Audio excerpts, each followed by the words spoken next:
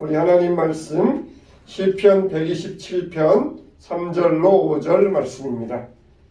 구약성경 899면 시편 127편 3절로 5절 말씀입니다.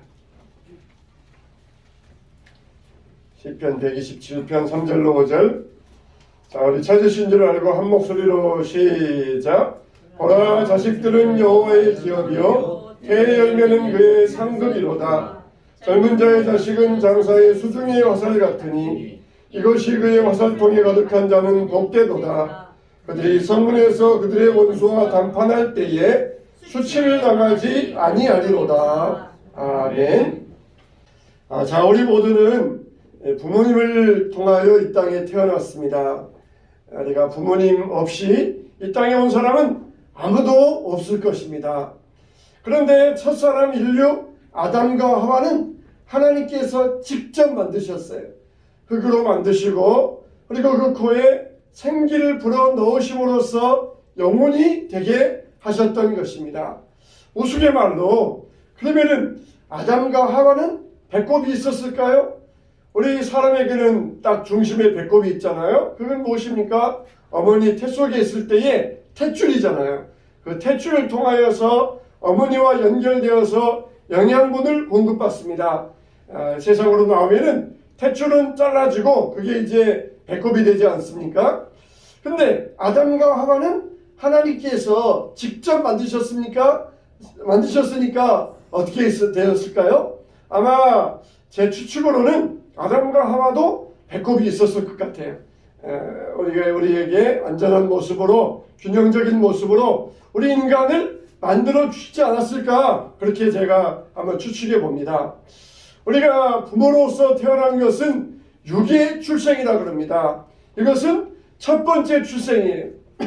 그리고 우리에게는 두 번째 출생이 있어야 됩니다. 이 두 번째 출생은 하나님으로부터 태어난 거듭남이라 그래요. 또 우리가 다른 용어로 중생이라고 합니다. 우리가 중생을 불교에서 말하는 이 중생들아, 그런 말과 혼동하면 안 돼요. 한자가 다릅니다.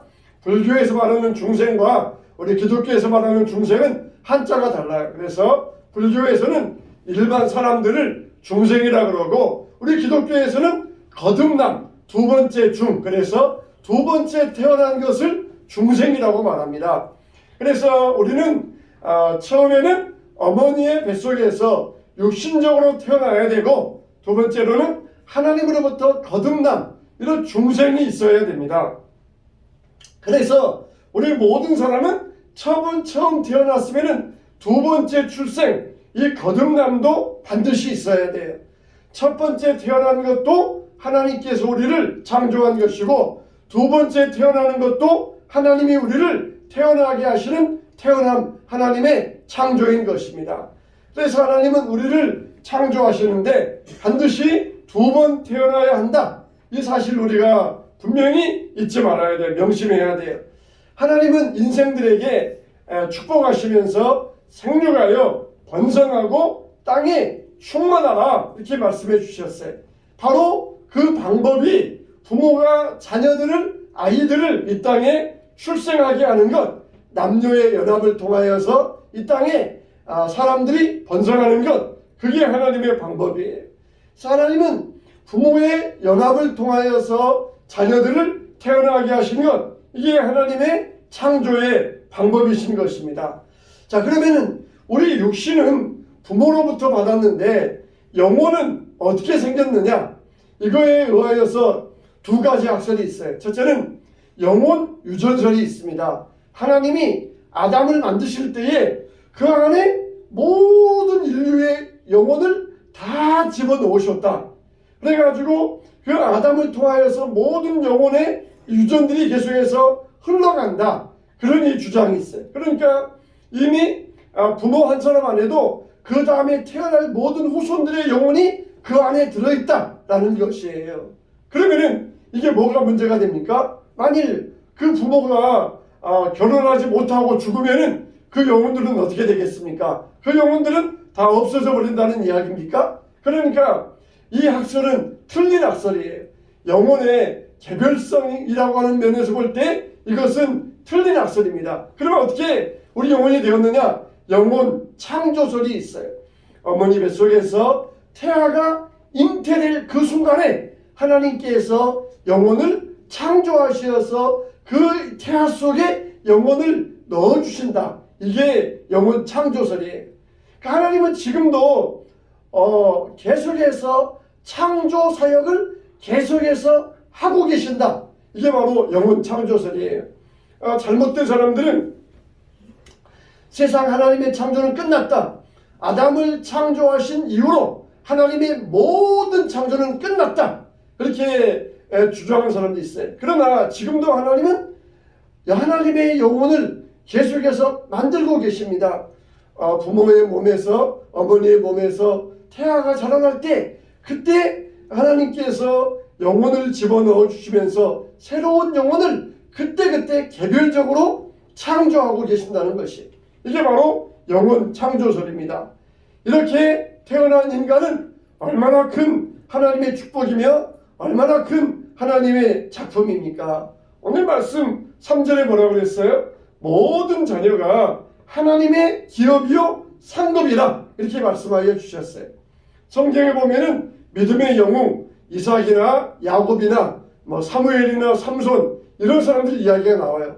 이 사람들의 공통적인 점은 무엇입니까? 사무엘, 삼손, 이삭 다 불임의 어머니에게서 부르짖는 기도를 통하여서 이 자녀가 태어났다는 것이에요. 이렇게 하나님께서는 부모의 태에서 자녀들을 출생하게 하셔요. 아이들의 영혼을 만드시면서 아이의 생명을 주관하십니다. 지금도 아이를 갖고 싶어하는 부부들에게 하나님은 이런 은혜를 베풀어 주셔요. 시편 139편 13절로 16절에 보면 이렇게 말씀하고 있어요. 주께서 내 내장을 지으시며 나의 모태에서 나를 만드셨나이다. 내가 주께 감사하오면 나를 지으심이 심히 기묘하심이라. 주께서 하시는 일이 기이함을 내 영혼이 잘 아나이다. 내가 은밀한 데서 지음을 받고 땅의 깊은 곳에서 기이하게 지음을 받은 때에 나의 형체가 주의 앞에 숨겨지지 못하였나이다. 내 형질이 이루어지기 전에 주의 눈이 보셨으며 나를 위하여 정한 날이 하루도 되기 전에 주의 책에 다 기록이 되었나이다. 나를 지으심이 심히 기묘하심이라. 옛날 성경에는 신묘막측을 하심이라. 우리를 하나님의 형상을 따라서 지어주셨다는 것이, 우리는 다 하나님의 형상대로 지음받은 존재들입니다. 우리는 각자의 재능이 있고 각자의 소명이 있고 다 하나님께서 이 땅에 태어날 때 우리의 이런 것들을 보여해 주셨습니다. 새 생명이 태어날 때 얼마나 경이롭습니까? 부모가 아이가 태어날 때 그 경이의 느낌, 그 경이의 느낌은 말로 표현할 수가 없어요. 그런데 부모에게 그 경이의 느낌에 따라오는 또 다른 느낌은 두려움의 느낌입니다. 내 형질이 이루어지기 전에 주의 책에 다 기록되었나이다 그랬어요. 그러니까 내가 아이를 낳았는데 그 아이에 대해서 경이로운 감정이 있어요. 그런데 하나님은 이미 이 아이에 대해서 모든 것들 다 주의 책에 기록해 놓고 계신다는 것이에요. 만일 내가 이 아이의 생명을 잘못 다루어서 하나님은 이 아이의 앞날을 이렇게 만들어 가려고 그렇게 하나님은 주관하셨는데, 만일 내가 이 아이의 생명을 잘못 다루어서 하나님께서 예산하신 것과는 빗나가게 했다. 그러면은 하나님이 우리에게 책임을 묻지 아니하시겠습니까? 그런 면에서는 우리에게 두려움이 있어요. 주의 모든 것을, 이 아이의 생명의 모든 것을 주의 책에 기록해 놓으셨어요. 우리가 하나님이 지으신 생명에 대하여서 감탄도 있지만 하나님이 지어주신 그 생명을 지켜야 된다 하는 이 두려움이 우리 마음 가운데 함께 존재하는 것입니다. 오늘날에는 출산에 대한 두려움의 경향이 있어요. 우리나라는 인구 절벽이 다가오고 있습니다. 우리나라는 모든 면에 있어서 속도가 빨라요. 경제 성장 속도도 굉장히 빨랐어요. 다른 나라에서 100년 걸려 이루어질 것을 우리나라에서는 10년 만에 이루어집니다. 모든 것이 다 우리나라는 빨리빨리 모든 속도가 빠릅니다. 그러다 보니까 이제는 하락의 속도도 빨라요. 경제 하락의 속도, 인구 절벽의 속도, 문화의 속도, 또 그리고 인구 소멸의 속도, 이것도 모든 면에서 굉장히 빠르게 움직이고 있습니다. 참 변화의 속도가 우리나라는 굉장히 빠른 나라예요. 다른 나라에서는 100년 걸려야 될 것을 우리나라에서는 10년 만에 이루고 있으니까 10분의 1만큼 속도가 그렇게 빠르게 움직이고 있어요. 만일 우리가 이런 속도로 움직인다 그러면 우리나라는 국가 존립의 위기에 처하게 될 것입니다. 그런데 이러니 출산 거부의 흐름에 또 반하여서 또 다른 흐름이 있는데 젊은이들 가운데 또 출산을 하고자 하는 그런 흐름이 보이는 것은 얼마나 참 다행스러운 일인지 모릅니다. 아직은 좀 미약하지만 우리 젊은 부부들 가운데 출산에 대해서 강한 이 소원을 가지고 이런 젊은이들이 생겨나고 있다는 것은 정말 아주 좋은 일이라고 할 수 있습니다. 오늘날 사람들의 목적은 행복에 있습니다. 그래서 출산한다. 이게 행복한 일이겠습니까? 고통스러운 일이겠습니까? 행복한 일이긴 하지만 한면으로 볼 때는 고통스러운 일이기도 해요. 아이를 낳아야 되고 길러야 되고 대학을 보내야 되고 결혼시켜야 되고 거기에는 고통스러운 면이 있어요. 그래서 이런 면 때문에 출산을 거부하고자 하지만 그러나 출산은 분명히 하나님의 명령입니다. 하나님께서 출산을 통하여서 또 우리에게 행복한 가정을 이루게 하셨어요. 정말 자녀들을 볼 때에 부모들의 행복이 거기에 있지 않습니까? 이렇게 출산을 통하여서 경건한 가정을 이루게 하시는 것이 하나님의 목적이에요. 이슬람 같은 종교들을 보면은 이런 이방 종교들은 얼마나 자녀들 많이 낳습니까? 그냥 끝도 없이 나와요. 그러나 우리 기독교는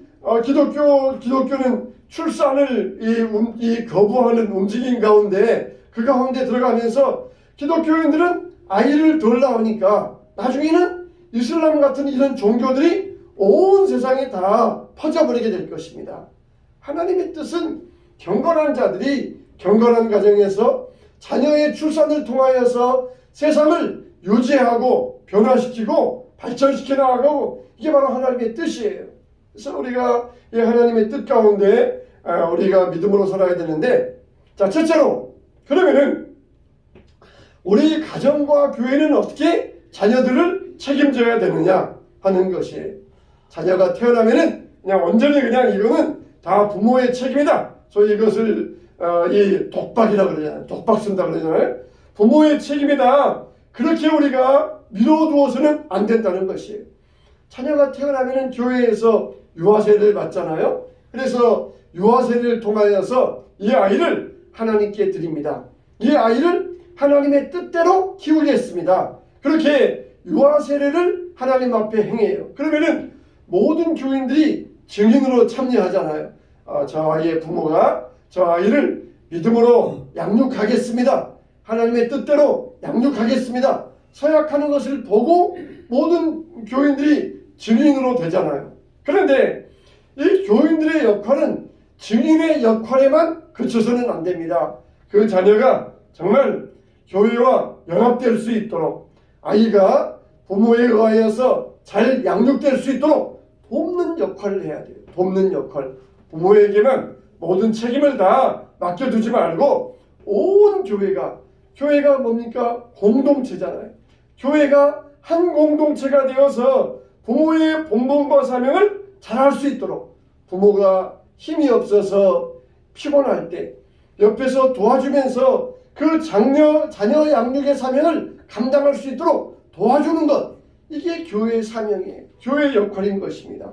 이렇게 유아세를 통하여서 이 아이를 하나님께 드립니다. 그렇게 약속을 하고 교인들이 성도들이 증인이 되었으면은 그 약속을 지킬 수 있도록 옆에서 힘을 주고 도와주는 게 우리 교회의 사명인 것입니다.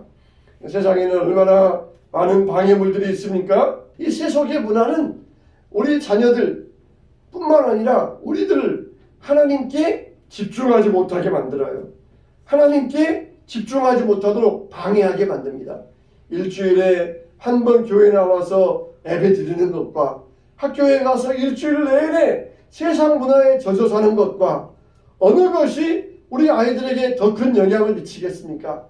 이미 세상은 기울어진 운동장이에요. 기울어진 운동장. 세상 쪽으로 기울어져 있어요. 세상 문화 쪽으로 기울어져 있습니다. 이럴 때에 우리는 아이들에게 열심히 하나님 말씀을 가르쳐야 되고 하나님께 집중할 수 있도록 이 아이들을 양육해야 됩니다.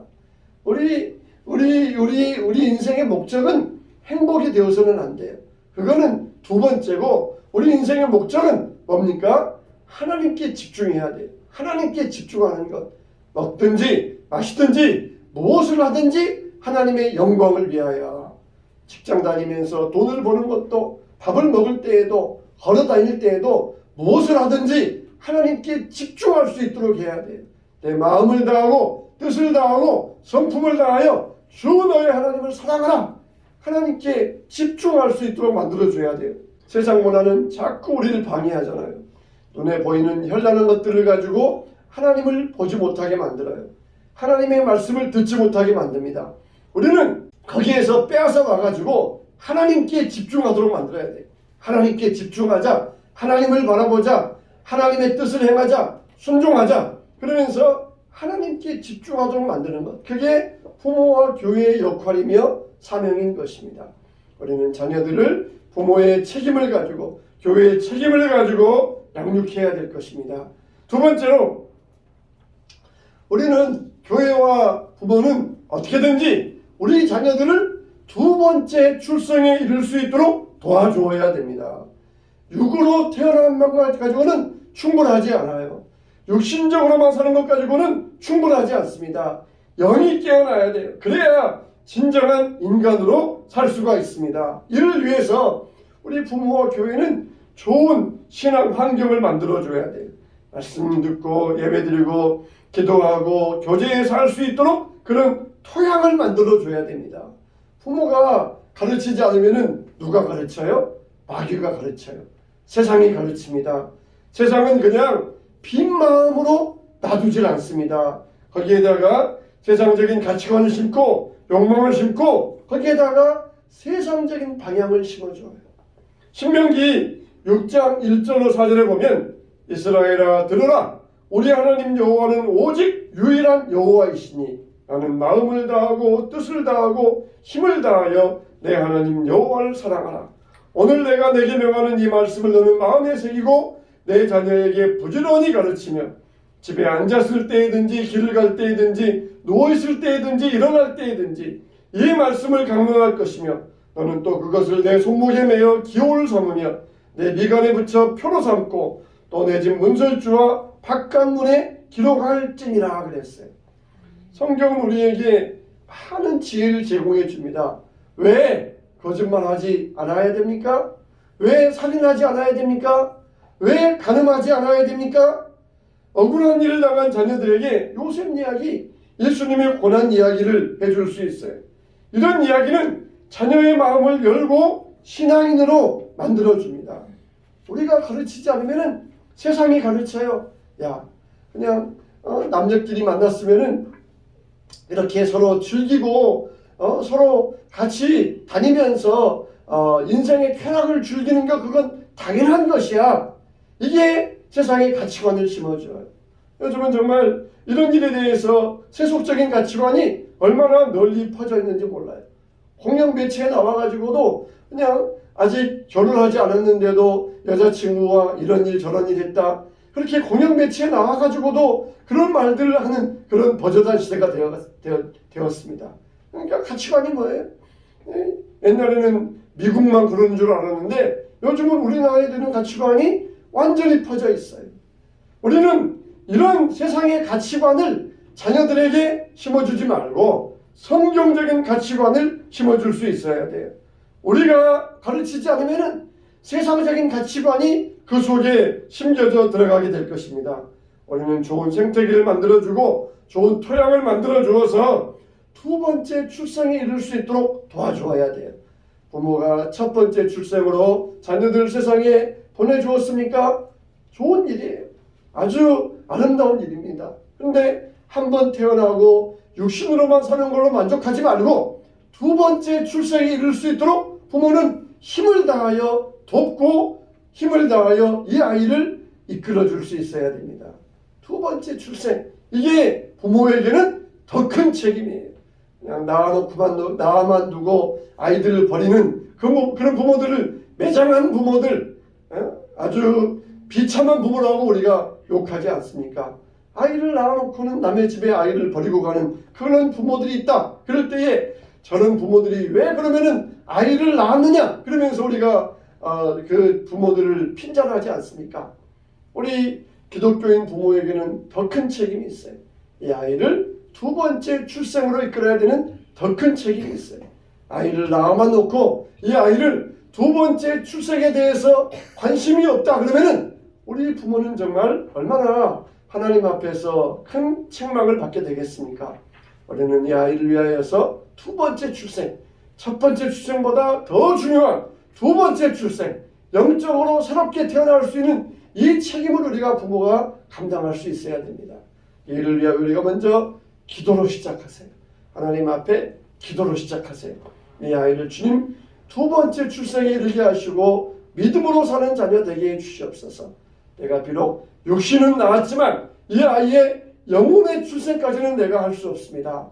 하나님께서 이 아이를 두 번째 출생으로 태어나게 해달라고 기도로 시작하세요. 그게 우리가 부모에 해야 될 큰 책임인 것입니다.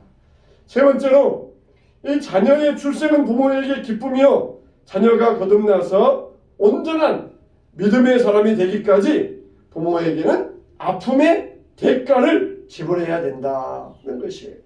누가복음 1장 35절에 보면은 시므온이 그들에게 축복하고 그의 어머니 마리아가 말하여 이르되 보라 이는 이스라엘 중 많은 사람을 패하거나 흥하게 하며 비방을 받는 표적이 되기 위하여 세움을 받았고 또 칼이 내 마음을 찌르듯 하리니 이는 여러 사람의 마음의 생각을 드러내려 함이니라 하더라 그랬어요. 아기 예수를 마리아와 요셉이 데리고 성전에 올라갔습니다. 그때 시므온이 아기 예수를 안고 예언을 합니다. 칼이 내 마음을 찌르듯 하리니, 이 말씀은 마리아가 요셉이 예수님 때문에 끊어지는 슬픔을 당할 것이다, 이걸 예언한 말씀이에요. 예수님이 십자가에서 죽으시는 모습을 보아야 되는 그 어머니 마리아의 아픔이 칼이 내 마음을 찌르듯 할 것이다, 그 말씀으로 예언한 말씀이에요. 아이를 받은 그 기쁨은 곧 부모에게 칼이 되어 돌아온다는 것입니다. 아이를 낳았을 때 부모에게는 얼마나 기쁨이 있고 얼마나 경이감이 있습니까? 그런데 그 행복은 정말 어떨 때는 우리에게 칼이 되어 돌아와요. 이런 말이 있습니다. 부모는 가장 불행한 자녀만큼밖에 행복할 수 없다. 10자녀가 있으면은 10자녀가 행복하고 다 좋아야 되는데 그 중에 한 자녀가 불행해요. 그러면은 부모는 그 불행한 자녀 이상으로 행복할 수 없다, 이런 뜻이에요. 정말 많은 현대인들이 출산을 포기하는 이유가 바로 또 여기에 있어요. 그러나 만일 이 마리아의 희생이 없었더라면 예수님이 세상에 오지 못하셨을 것이고 생명을 출산하고 양육하려면 늘 이런 희생이 따라오기 마련이라는 것을 성경은 우리에게 말씀해주고 있습니다. 아이를 낳아서 아이가 다 부모 뜻대로 다 잘 성장하고 부모 뜻대로만 살아주면 얼마나 좋습니까? 그러나 이 아이는 때로는 부모의 마음에 칼을 찌르는 것 같은 그런 고통을 줄 수가 있다는 것이에요. 그렇다 할지라도 우리 부모에게는 이 출산의 명령, 이 출산의 기쁨을 포기해서는 안 돼요. 자녀로 인하여서 하나님께 이 자녀를 드리고 공동체에서 자녀를 양육하고 그리고 부모의 희생을 통하여서 이 자녀를 성령으로 거듭나게 해야 돼요. 칼이 내 마음을 찌르듯 하리니, 자녀들 키울 때는 이런 부모의 희생과 헌신이 필요하다는 것이에요. 자녀들을 보면서 이런 이 희생과 헌신 없이 자녀를 키우고자 하는 이런 마음 없이는 자녀들을 키울 수 없다는 것입니다. 정말 자녀들은 세상에서 없어서는 안 될 소중한 존재들입니다. 우리 자녀들은 하나님께서 선물로 주신 하나님의 믿음의 자녀들이에요. 그러면은 우리가 이 자녀들을 인하여서 행복할 때도 있지만은 칼이 내 마음을 찌르는 것처럼 헌신과 희생이 따라가야 된다는 것을 말씀하고 있어요. 보라, 자식은 여호와의 기업이요 태의 열매는 그의 상급이로다. 젊은 자의 자식은 장사의 수중의 화살 같으니 이것이 그의 화살통에 가득한 자는 복되도다. 그들이 성문에서 그들의 원수와 담판할 때에 수치를 당하지 아니하리로다 그랬어요. 사랑하는 성도 여러분, 칼이 우리를 찌르는 듯한 아픔을 감내해야 돼요. 우리를 낳아주시고 길러주신 부모님의 사랑과 그 사랑의 원형 되시는 하나님의 은혜를 생각하며 찬송해야 됩니다. 우리는 정말 출생에 관하여 한 번만 출생하는 걸로 만족하지 말고 반드시 두 번째의 출생을 우리가 인도해야 돼요. 자녀들을 낳기 위하여서 어머니가 얼마나 고생하십니까? 두 번째 출생은 그보다 더 큰 고생이 따라올 때가 있어요. 우리가 이 두 번째 출생으로 자녀들을 인도하면서 칼이 그 마음을 찌르듯이 우리가 희생과 헌신이 따라온다 할지라도 이 아픔을 감내하면서 어머니의 사랑으로 아버지의 사랑으로 더 큰 하나님의 사랑으로 우리 자녀들을 두 번째 출생으로 인도할 때에 하나님께서 우리의 믿음의 가문을 경건한 가문으로 세워주시고 우리 믿음의 가문을 크고 축복되게 하여 주실 것입니다. 아멘. 이런 믿음의 어머니, 믿음의 자녀 되시어서 우리 가정이 두 번째 출생에 이르고 하나님 앞에서 큰 은혜와 영광 얻게 되시기를 주님의 이름으로 축원합니다. 아멘. 축원합니다.